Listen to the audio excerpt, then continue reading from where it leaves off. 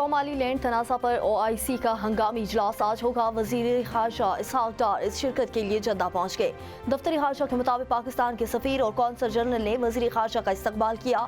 OIC इजलास में Pakistan Somalia की आलमी सतह पर तस्लीम शुदा सरहदों की मुकम्मल हिमायत का इरादा करेगा।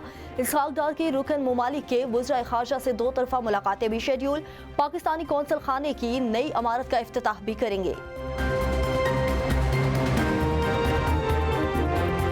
बानी PTI की रिहाई पार्टी में डिसिप्लिन से मशरूत। तहरीक तहफ़्फ़ुज़ आइन पाकिस्तान के सरबराह महमूद खान अचकज़ई तहरीक इंसाफ में डिसिप्लिन के फुकदान पर नाला।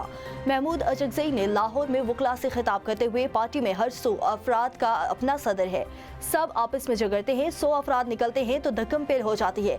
बैरिस्टर अली ज़फ़र ने कहा कि पाकिस्तान की सालमियत सबसे अहम है।